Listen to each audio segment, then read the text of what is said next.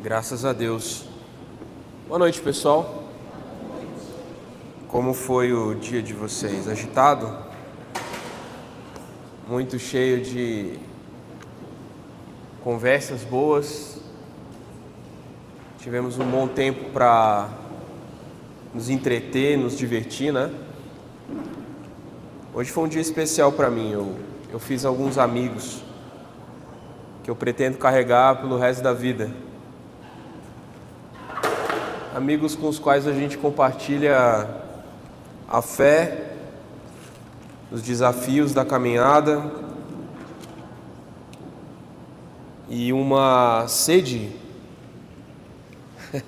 Obrigado. Uma sede e uma fome de fazer a vontade de Deus, mas não o que a gente acha que é a vontade de Deus, e sim aquilo que Ele diz que Ele quer que seja feito. Deus é muito, talvez a palavra ciumento caiba, das coisas que Ele estabelece. E Ele não quer que, como o Andrei falou, que nós vivamos entregues à vaidade dos nossos próprios pensamentos, certo? Essa noite a gente vai falar da última figura, a última metáfora, digamos assim, dessa série de ilustrações que Deus nos dá de como funciona o nosso interior. Lembra que a gente falou hoje de manhã que às vezes a poesia, a metáfora explicam melhor as coisas do que a linguagem objetiva? Jesus era alguém que gostava muito de contar histórias. E as histórias que Jesus contava, que a gente chama de parábolas, né? Elas têm um profundo significado espiritual. A primeira mensagem, o primeiro degrau que a gente subiu juntos, foi meio denso e meio técnico.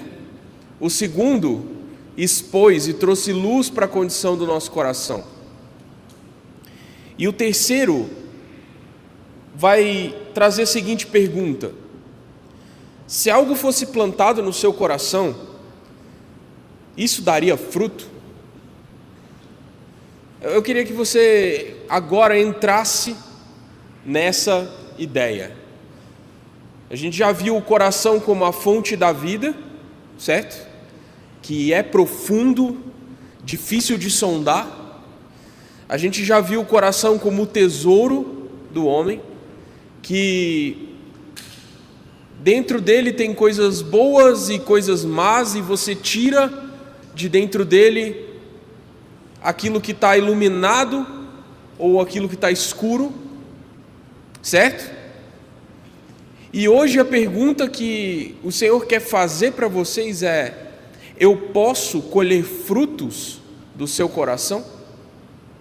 Se o seu coração fosse terra, que tipo de terra ele seria?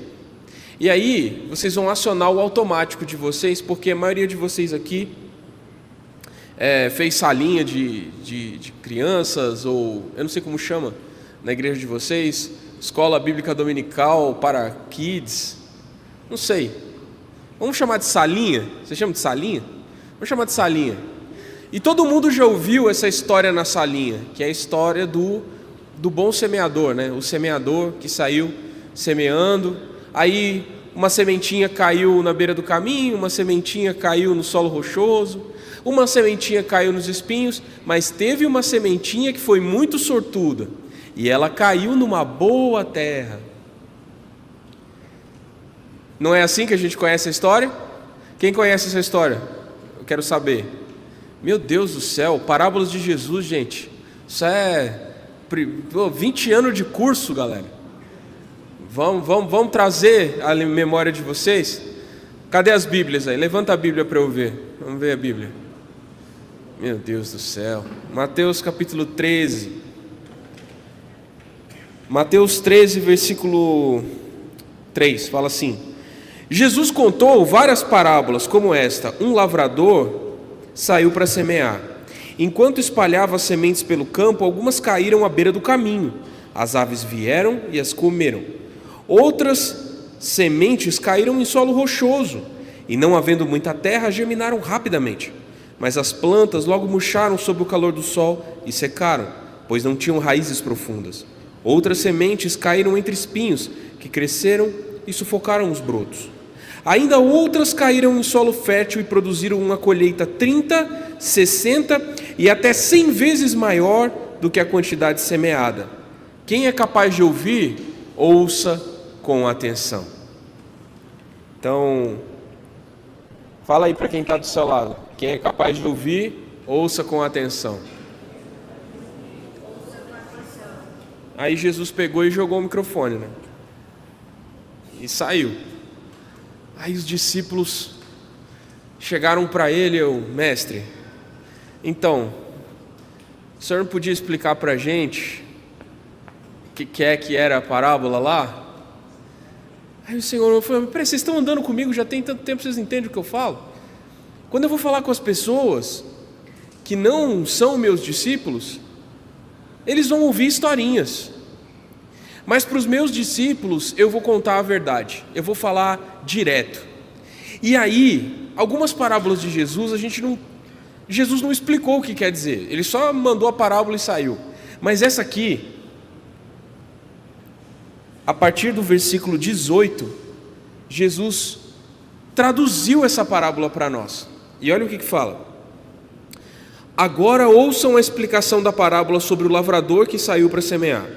As sementes que caíram à beira do caminho representam os que ouvem a mensagem sobre o reino e não a entendem. Então o maligno vem e arranca a semente que foi lançada em seu coração. As que caíram no solo rochoso representam aqueles que ouvem a mensagem e sem demora a recebem com alegria. Contudo, uma vez que não têm raízes profundas, não duram muito. Assim que enfrentam problemas ou são perseguidos por causa da mensagem, cedo desanimam. As que caíram entre os espinhos representam outros, que ouvem a mensagem, mas logo ela é sufocada pelas preocupações dessa vida e pela sedução da riqueza, de modo que não produzem fruto. E as que caíram em solo fértil representam os que ouvem e entendem a mensagem e produzem uma colheita 30, 60 e até 100 vezes maior do que a quantidade semeada.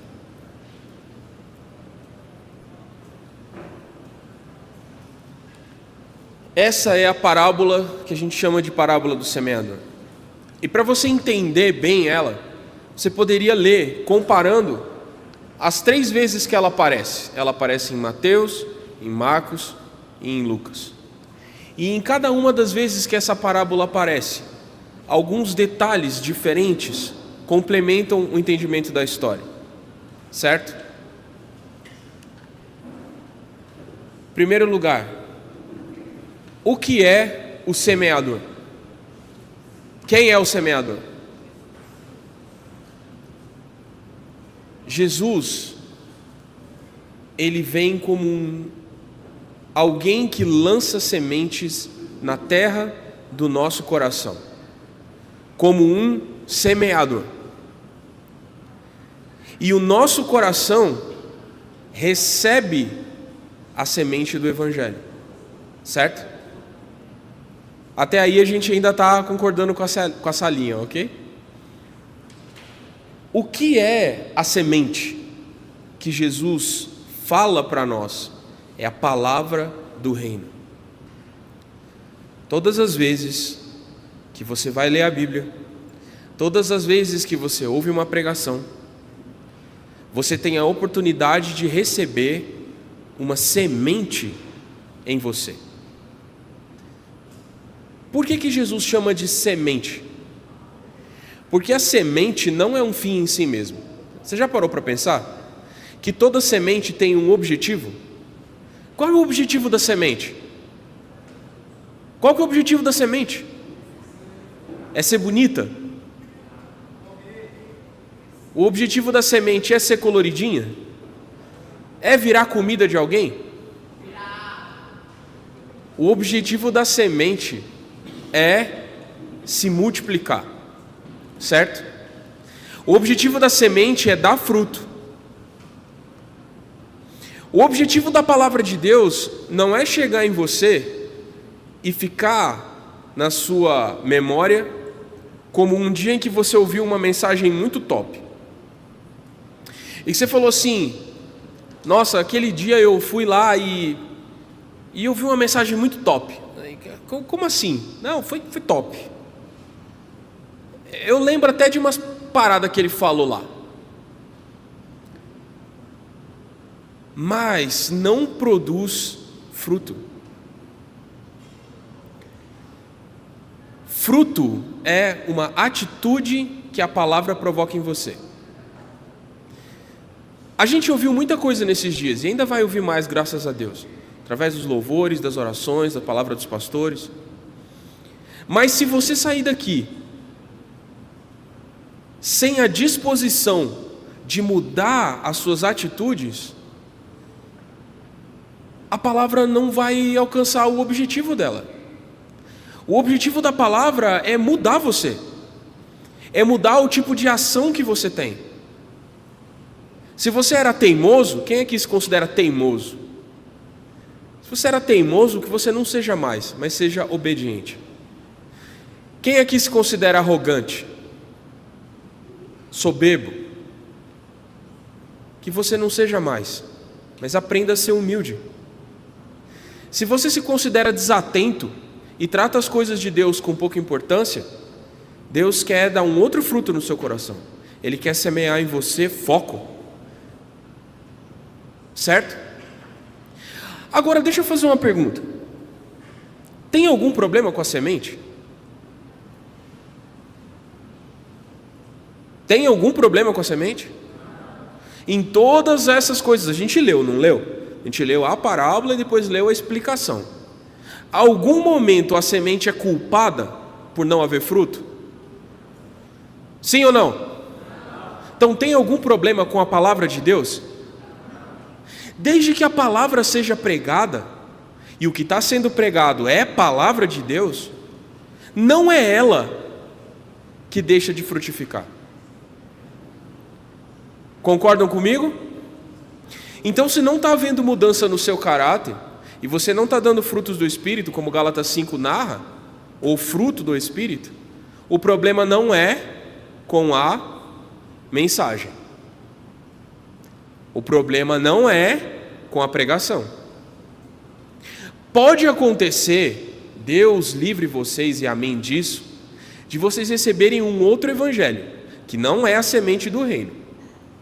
Seja lá uma teologia de prosperidade, uma teologia coaching, seja lá alguma parada torta aí que nega a deidade de Jesus, que fala que você tem que ser bonzinho para ser salvo.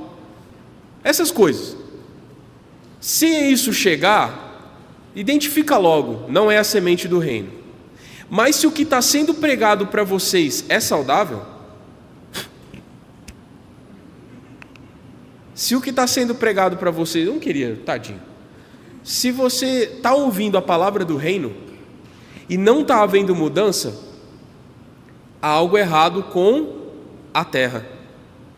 Eu ouvi uma história, o Cerrado não era para ser a potência agrícola que é. Vocês sabiam disso? Hoje o Centro-Oeste é um dos maiores produtores de grãos do Brasil, né? E exporta e tal. E muita gente ficando rica com agricultura aqui no Cerrado. Mas o tipo de terra que a gente tem no Cerrado é muito ácida. E não é boa para a agricultura. Chegaram uns caras muito inteligentes aí, do Japão, e eles trouxeram um robô gigante que... Não trouxeram um robô gigante. Mas seria muito legal se eles tivessem trazido um robô gigante, e na minha cabeça, o robô gigante é a melhor versão da história. Eles trouxeram um robô gigante agricultor que melhorou o solo, aprendeu a condicionar o solo, tratar o pH do solo. E aí agora o Cerrado está produzindo de monte. Quem conhece essa história? Quem já tinha ouvido essa história? Pois é. Ali levantou efusivamente a mão, é porque é fã do japonês do robô gigante, não é? Não?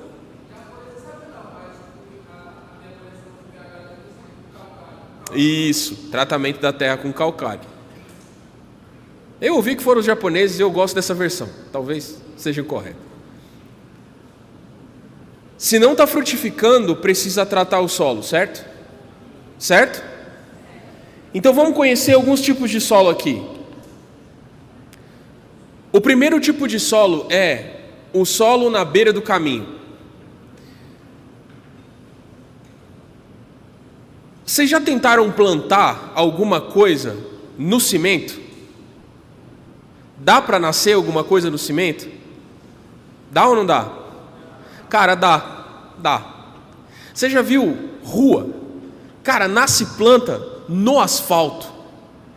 É porque a semente é tão braba, mas tão braba, que ela nasce no asfalto.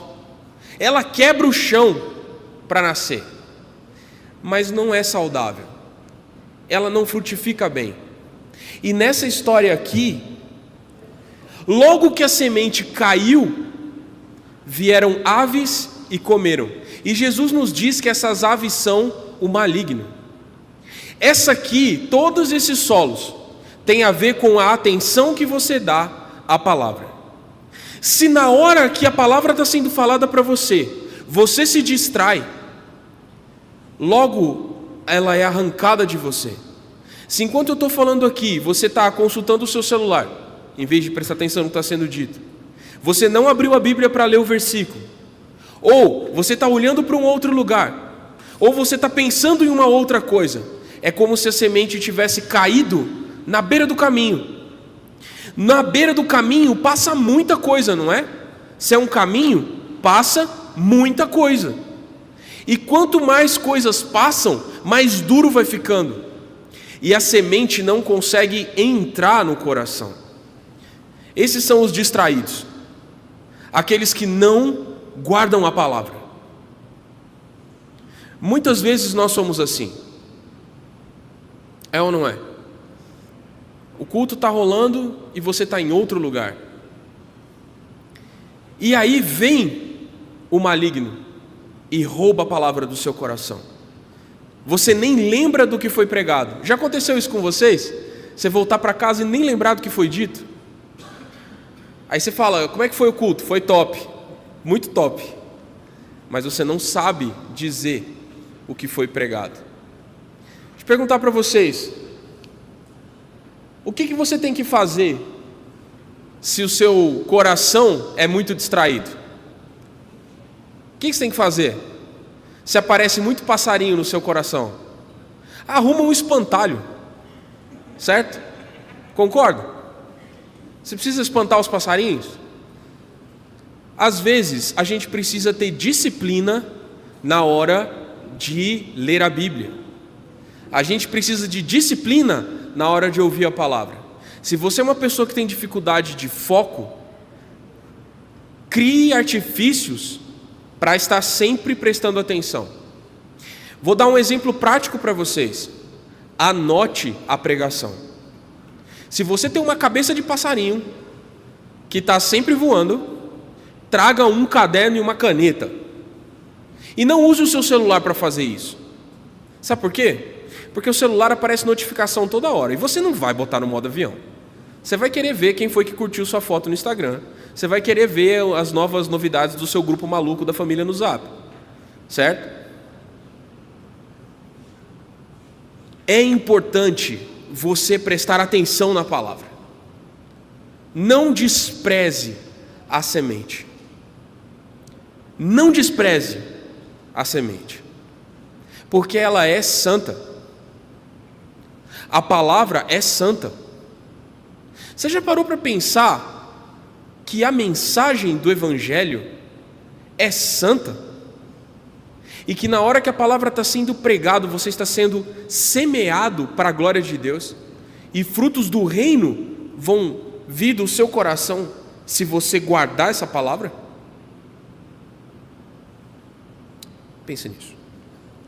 O próximo tipo de terra, ela é uma terra que na superfície ela é boa. Ou seja, na hora que você estava ouvindo, você ficou assim, nossa, que legal. Mas aí você não tem profundidade. Você é uma pessoa rasa. Você não medita no que é dito. Na hora que aparece uma dificuldade qualquer, você se esquece da palavra. Há uma outra passagem paralela a essa que ele fala assim: quando surge a perseguição. Talvez você tenha ouvido muitas coisas aqui nesses dias, e você vai ser cobrado por elas. Você sabe de que maneira que o Senhor sabe que a palavra está frutificando em nós? Justamente no momento em que você é cobrado em praticar aquilo que você ouviu. Por exemplo, se você pede paciência para Deus, Ele vai levantar situações que te estressam. Porque não tem outro jeito de aprender paciência, a não ser suportando a situação estressante. Se você quer aprender obediência, você vai ser tentado em desobedecer.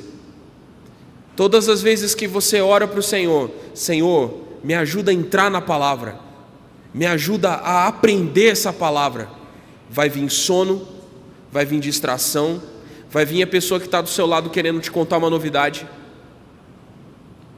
As tentações existem para aprofundar a semente no nosso coração.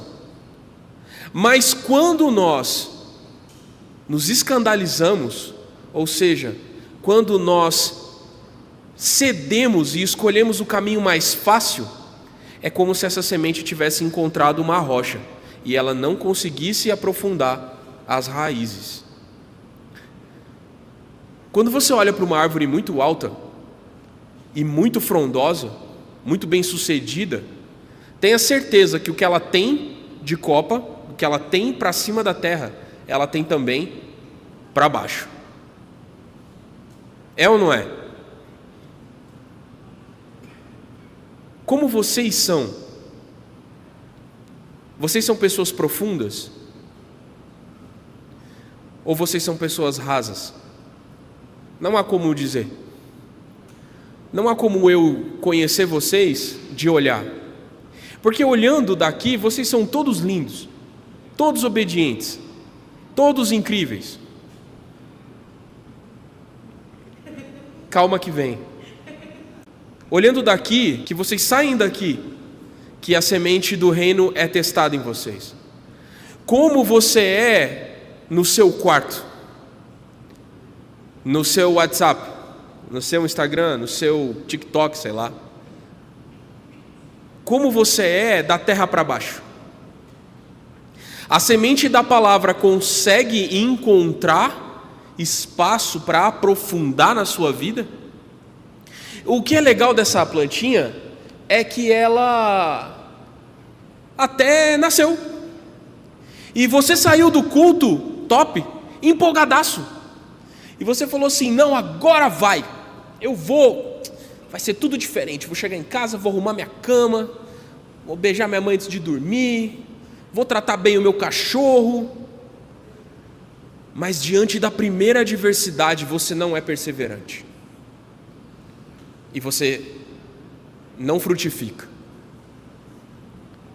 Sabe o que pode fazer você, que tem um monte de pedra no coração, frutificar? Dinamite. Quando o solo é muito duro, você precisa usar uma batistaca, ou quebrar na martelada, ou dinamitar. E é por isso que eu queria que vocês aprendessem a louvar a Deus pelas dificuldades da vida, pelos dias difíceis, pelas provas que vocês não tiram boa nota, pelas brigas em casa, às vezes pela doença, pela perda, porque nesses momentos o Senhor quebranta o nosso coração e encontra um espaço para que a palavra frutifique em nós. Se a nossa vida fosse sempre uma canção de ninar, poucas vezes a palavra encontraria espaço em nós. Certo? Faz sentido ou não faz? Mas vamos para o próximo solo. Quando a palavra do reino cai entre os espinhos, ela é sufocada e é impedida de frutificar. Em Lucas mostra isso.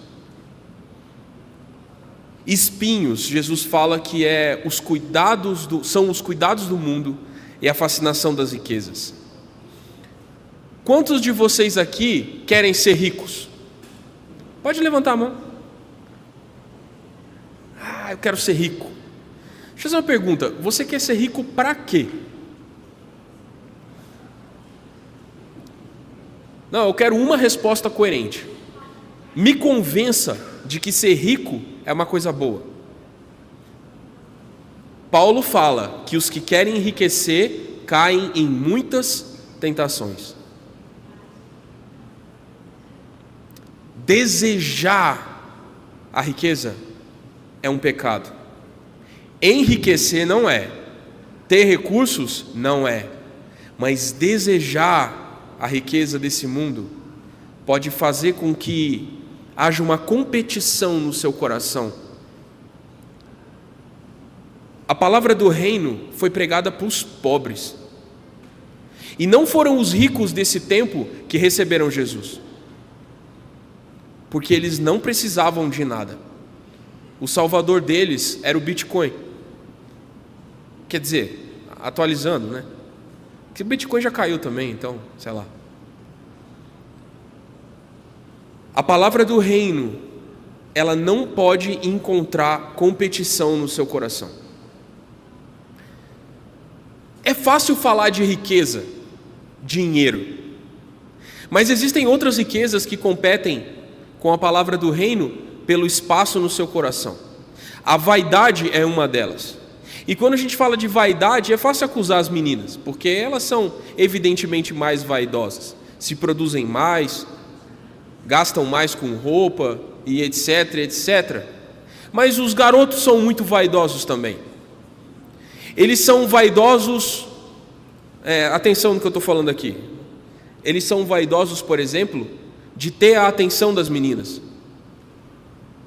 Um cara que se vê cercado de meninas e chama a atenção delas, ele é vaidoso disso. E fica parecendo, o adolescente principalmente, fica parecendo um bando de galinho novo com espora nascendo, né? Vocês já viram um menino brigando? É ridículo. Eles fazem assim, e fica dando ombrada um no outro. Mano, assim, falando numa linguagem do RPG, a ombrada não dá dano, cara. Se você quer derrubar alguém, acerte o queixo ou a têmpora. O ombro não vai fazer nada. Então, se você quer brigar, vá direto no queixo dele. O ombro é só para se amostrar, como falavam os nossos pais, né? Tá só se amostrando. Quem quer brigar, não se insufla todo para aparecer. É vaidade. Quem aqui já brincou de galo já na escola? Já deu, pra você. Pode levantar a mão, eu sei que já. Já brigou, tá certo. Vai brigar mesmo. Fazer o quê? Não tá certo, briga não. A vaidade também é uma riqueza. Sucesso como pregador é uma riqueza que às vezes a gente quer ter. Sucesso como músico na igreja, sucesso como cantor na igreja, a gente quer ter. Recompensa por fazer as coisas bem feito é uma vaidade, é uma riqueza. Ser um bom filho, quem aqui não quer ser um bom filho? Não quer agradar o pai, atender a expectativa dos pais? É ou não é? Às vezes você estuda algo que você não gosta, só porque você quer agradar o seu pai. Você está fazendo a faculdade que não toca no seu coração, mas porque seu pai quer que você faça direito, para passar num concurso e ser rico. Todas as vezes que você cede a alguma... Esse é grande. Ele vai derrubar alguém. Então, não vem para o meu lado, eu vou derrubar você. Todas as vezes que... Isso. Não. Cara, me ajuda. Isso. Vai viver, vai. Não volta. Não, gente, isso é tentação do diabo. Vai embora. Todas as vezes que você for tentado a aparecer de alguma forma, a ser destacado de alguma forma, a ser elogiado de alguma forma, isso está competindo com a semente do reino. Esse morreu muito. Você quer ser elogiado? Quem gosta de ser elogiado? A vaidade é uma riqueza que você quer acumular. Agora deixa eu perguntar, a vaidade começa grande? Não.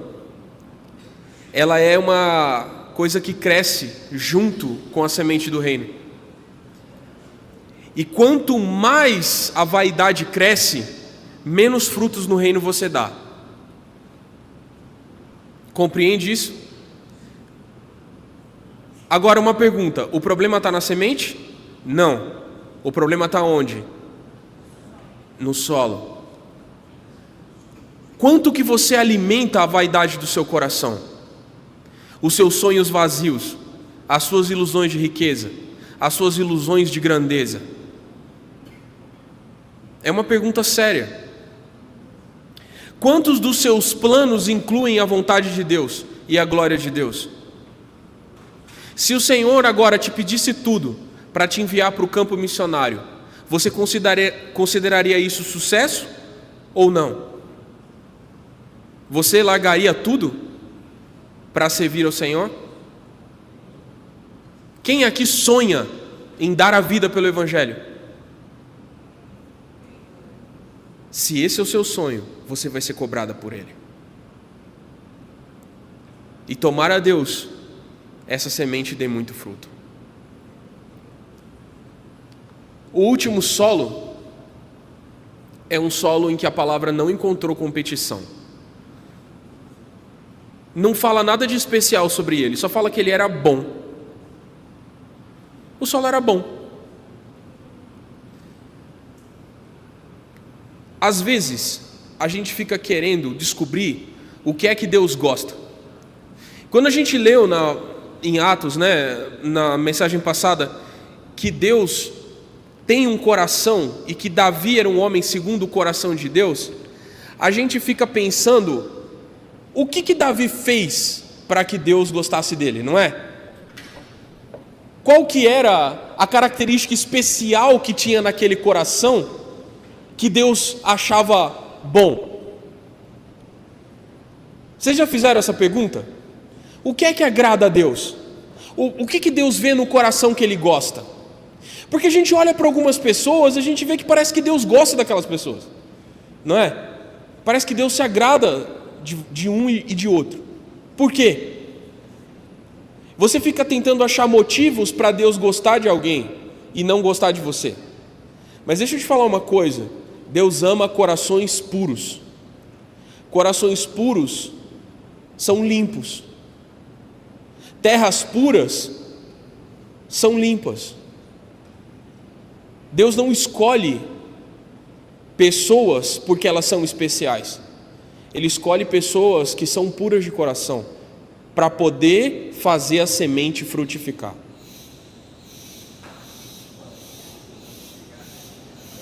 Vocês estão prestando atenção aqui? O seu coração é puro? O seu coração é puro? Não é quão especial você é quão puro você é. Consegue entender a diferença? Está fazendo sentido? Vamos passar para o próximo slide. Marcos capítulo 8, versículo 17 e 18. Jesus está numa determinada situação em que os discípulos não estão entendendo o que ele está fazendo. Aí ele fala assim: por que o seu coração tem tanta dificuldade de entender? Por que o seu coração é tão duro? O coração duro é aquele coração que não entende a palavra. Outra coisa que ele fala é o coração que não obedece. Um coração duro não entende e o coração duro não obedece. Deixa eu perguntar uma coisa para vocês. Quem aqui já recebeu uma orientação, por exemplo, de se afastar de uma determinada pessoa num relacionamento? E aí, você, essa amizade não é boa para você. Ou esse namoro não vai dar certo. Ou essa maneira de tratar o seu amigo, sua amiga, não vai dar certo. Isso vai terminar mal. Quem já recebeu uma orientação assim? Você obedeceu?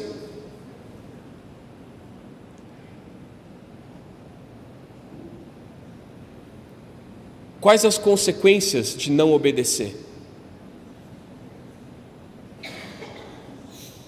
É que fica mais fácil a cada vez que você desobedece? Qual a consequência de não obedecer? Fica mais fácil não obedecer da próxima vez. Não é? Não, a gente fala para criança: não brinca desse jeito. Se a criança te obedece, tá tudo bem. Mas se ela desobedece, ela vai desobedecer mais e mais e mais e mais e mais, até que fique comum. Esse é o coração duro. Esse é o solo impuro que não frutifica. É o coração para quem é fácil desobedecer. Antigamente os nossos pais brigavam com a gente por coisas bobas, do tipo, o brother ali tá de boné, né? Quando eu era adolescente, não podia usar boné. Não, pode continuar com o boné, tá de boa. Eu só vou dar um exemplo. Eu falo assim, cara, não usa boné. Não podia usar boné dentro de casa. E o pai da gente vinha bravo para cima da gente. Tá fazendo sol aqui dentro? Aí você, não pai, tô usando o boné porque eu gosto. Ele falou, não tem que gostar, tira o boné. Só que quando meu pai saía, o que eu fazia? Colocava o boné. E foi ficando mais fácil desobedecer a cada vez que ele ordenava e eu não fazia. Bate ou não bate com a experiência de vocês?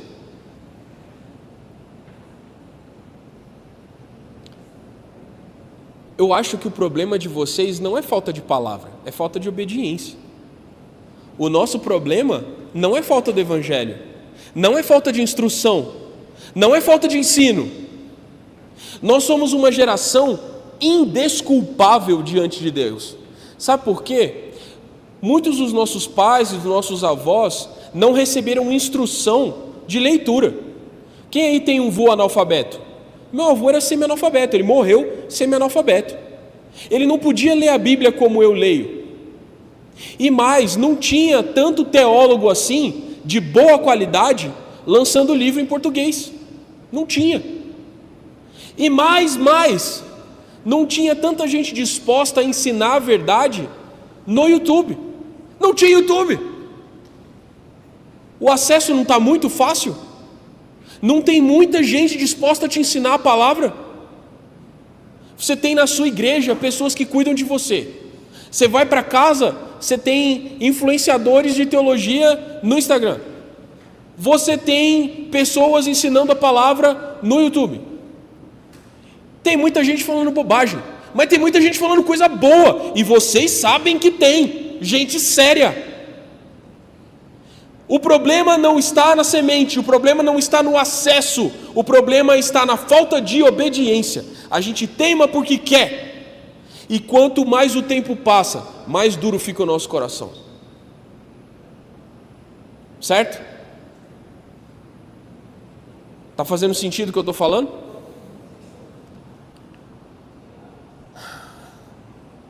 Salmo 51. Davi. Vocês leram o Salmo 139 que eu falei? Quem leu? Quem não leu? O problema de vocês não é falta de palavra, é falta de obediência. Salmo 139 era uma base muito importante para a palavra de hoje. Davi era alguém segundo o coração de Deus. Por quê? Porque ele constantemente pedia para Deus: Senhor, me dá um coração puro. Salmo 51 ele fala isso: Senhor, me dá um coração puro. Você consegue orar isso? Senhor, me dá um coração puro, me dá um coração obediente. Quais as consequências de ter um coração obediente? Você não vai fazer a sua vontade. O coração obediente faz a vontade de Deus e não a sua.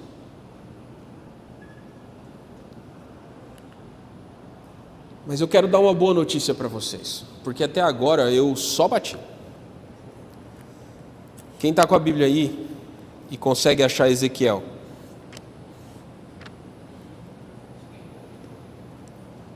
Vamos abrir? Ezequiel capítulo 36, versículo 26.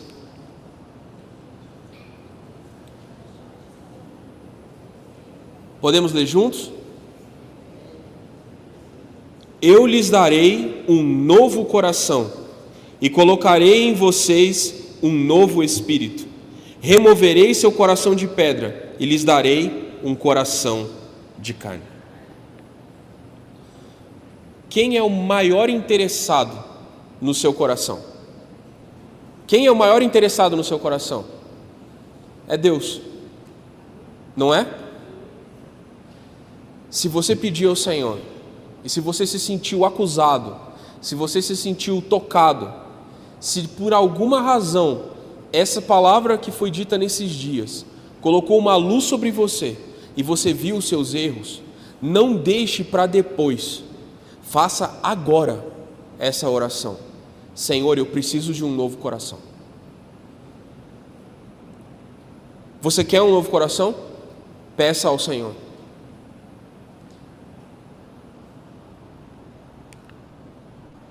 E qual é a prova de um coração segundo Deus? Ele guarda a palavra. Jesus poderia ser chamado de inconsequente, sabe? Porque volta lá para a história. Jesus chegou num solo duro e fez o quê?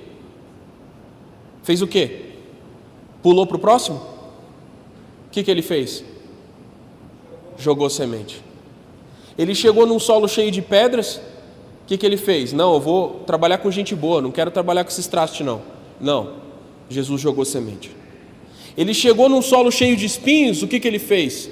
Jogou semente. Eu gostaria de consolar você. Não importa a sua condição, Jesus quer trabalhar em você. Ele quer trabalhar no seu coração. Seja você arrogante, orgulhoso, seja você teimoso, seja você quem for, desatento, Deus quer trabalhar no seu coração. E a maneira que Ele tem de trabalhar no seu coração é jogando a palavra sobre você, até que em algum momento ela encontre boas condições para frutificar. Ficam umas recomendações aqui. Não perca cultos, não perca oportunidades de ouvir a palavra. Ah, não estou afim, vai.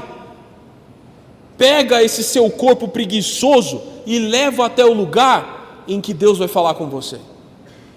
Ah, tem culto na casa, vai. Ah, tem culto de jovens, vai. Ah, vai ter uma conferência, vai. Vai, cara. Ah, eu não estou afim, vai. Ah, me chamaram para ajudar um irmão na mudança, vai. Ah, minha amiga me chamou para ler a Bíblia com ela, vai. Ah, vão abrir ali uma sala Zoom ali para a gente falar. Vai. Se exponha à palavra de Deus em todas as oportunidades que você tiver de ouvir. Sabe por quê? Uma hora a terra está boa. E se você tem algum amigo ou amiga que você pode arrastar com você, arrasta. Ah, mas o meu irmão, a minha irmã não gosta muito das pregações. Pega ele, leva ela. Ah, mas ele não acredita muito. Leva a pessoa para ouvir a palavra. Uma hora acha terra boa. Porque Deus não para de semear, Ele não desiste de falar, e Ele não tem problema com quantidade de palavra. Ele vai falar até você ouvir. Amém? Amém. Você já louvou a Deus por isso? Pela insistência dEle? Pela maneira persistente com que Ele nos persegue? Você fala, eu não aguento mais Deus no meu caminho. Vira a esquina e Ele vai estar lá. Eu não aguento mais ouvir de Deus. Você vai continuar ouvindo, porque Ele te ama. E Ele quer trocar o seu coração por um coração novo. Vou terminar com essa frase aqui, do Spurgeon. Ele fala que, jovens, vocês precisam orar, porque as suas paixões são fortes e a sua sabedoria é pequena. Por que que Deus tem tanto evento para jovem na igreja? Por que que toda hora a gente está programando alguma coisa, fazendo alguma coisa, chamando para alguma coisa? É porque você tem paixões muito fortes, sabedoria muito pequena, mas Deus tem uma insistência maior ainda. Ele manda pastores para cercar o seu caminho. Ele manda amigos para te falar da palavra. Deus não desiste. Faz sentido ou não faz? É ou não é assim? Eu só queria um final de semana em casa. Não vai ter não. Lá onde você for, o Senhor vai te achar. Se vocês tivessem lido o Salmo 139, vocês iam saber que se você descer num abismo, subir ao céu e se esconder, ainda assim o Senhor vai te encontrar lá naquele lugar. Eu queria fazer algo pouco ortodoxo aqui, posso? Quanto tempo eu tenho, produção? 5 minutos? Então vai parar de contar o tempo agora. Eu queria orar por vocês. Eu queria de verdade orar com vocês. Porque vocês têm uma sabedoria pequena e paixões fortes. Talvez vocês não saibam orar. Vocês não saibam como orar. Como pedir ao Senhor essas coisas. Certo? Então eu gostaria de ajudar vocês. Mas agora, a partir de agora, é voluntário. Aqueles que quiserem se aproximar do Senhor para experimentar mudança de coração, nós vamos pedir isso a Ele. Não é garantido que Ele vai receber, não é garantido que Ele vai atender. Deus não tem obrigação nenhuma de fazer o que a gente pede. Mas nós vamos nos aproximar dEle. E a Bíblia nos diz que Ele não rejeita aqueles que se humilham diante dEle. Amém? Quem aqui se sentiu exposto e sentiu que precisa de uma mudança de vida, uma mudança de coração? Eu me senti, eu percebi que algumas coisas em mim precisam ser trabalhadas. Nós que falamos a palavra, somos os primeiros a ser atingidos por ela, sabia? Eu não sei se os pastores têm essa experiência, mas todas as vezes que a gente vai pregar, a gente toma a primeira lapada. E aí a gente vai falar para vocês, é mais suave do que a gente tomou. Mas eu gostaria de orar por vocês. E queria que vocês orassem comigo. Eu vou orar e vocês vão repetir o que eu vou orar. Como um modelo. Não é uma reza, é um modelo. Eu quero que vocês aprendam essa oração. Ah, Davi, isso é coisa de criança. Não é coisa de criança. Eu quero fazer um exercício com vocês. Podemos? Podemos? Eu gostaria que você ficasse à vontade para orar do jeito que você prefere. Talvez você prefira orar em pé, talvez você prefira orar sentado, talvez até você queira se ajoelhar, eu não sei. Da maneira em que você fica mais focado e prestando mais atenção. Se coloque na presença de Deus, abaixa a sua cabeça, desliga as distrações. E se você não quiser orar também, está tudo bem. Isso é só para aqueles que querem experimentar uma mudança de coração. Enquanto eu vou orando, eu quero que vocês repitam essas palavras, se vocês acharem que elas fazem sentido. Pai, em nome de Jesus, eu me aproximo de Ti. Eu me aproximo da Tua luz, Senhor, para receber a Tua graça. A semente da palavra chegou no meu coração. Mas eu não sei em que condição o meu coração está. Eu preciso ser sondado por Ti, Senhor. Eu preciso ser iluminado por Ti. Eu preciso ser transformado por Ti. Eu não sei o que eu vou ser no final disso. Mas eu quero Te agradar. Eu quero que meu coração seja uma boa terra. Que as minhas atitudes sejam coerentes. Que a minha família veja Jesus em mim. Que os meus amigos vejam Jesus em mim. Que a minha igreja seja abençoada pela minha vida. eu preciso ter um novo coração. Eu não quero trazer nada do velho eu. Me transforma, Senhor. Me muda. Eu estou me aproximando de Ti. E eu declaro que não sou capaz. Eu não sou capaz de mudar sozinho. Por isso, age na minha vida. Eu não vou me salvar sozinho. Por isso eu confio na Sua graça. Eu não vou me transformar sozinho. Por isso eu entrego o meu coração nas Suas mãos. Que essa semente da palavra faça o trabalho dela. Que ela quebre com todas as pedras. Que ela arranque todos os espinhos. Mesmo que doa em mim, eu abro mão daquilo que me prende. Me ajuda a escolher o Senhor, a pensar no Senhor, a guardar a palavra, a dedicar a Ti a minha paixão.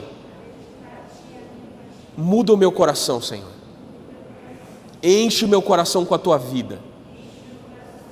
Me dá um coração santo. Me dá um coração igual ao Teu, Senhor. Eu quero olhar para as pessoas como o Senhor olha. Eu não quero mais ser mundano ou frio.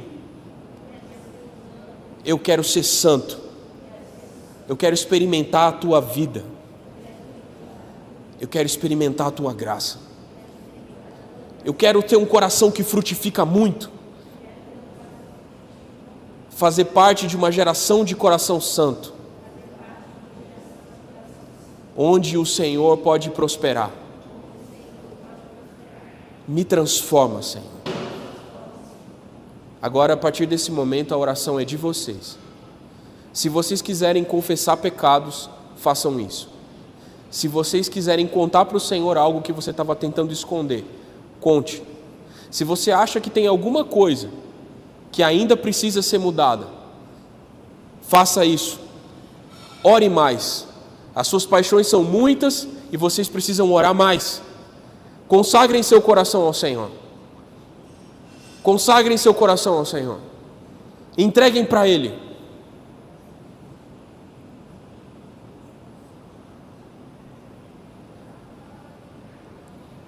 Oh, Senhor. Oh, Senhor.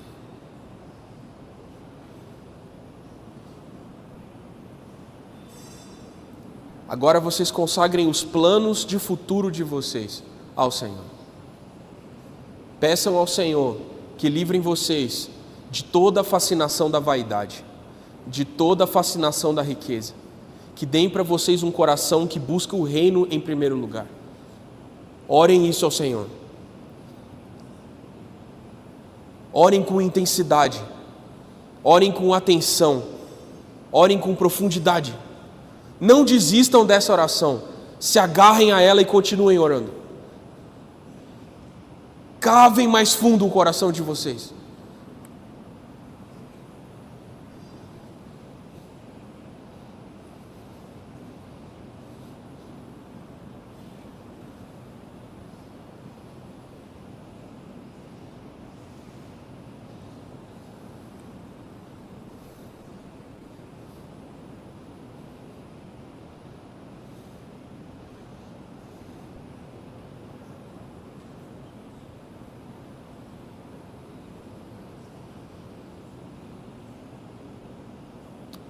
Pai, nós te agradecemos por ter nos dado a oportunidade de nos achegar a Ti nessa noite, para mostrar para o Senhor como está o nosso coração.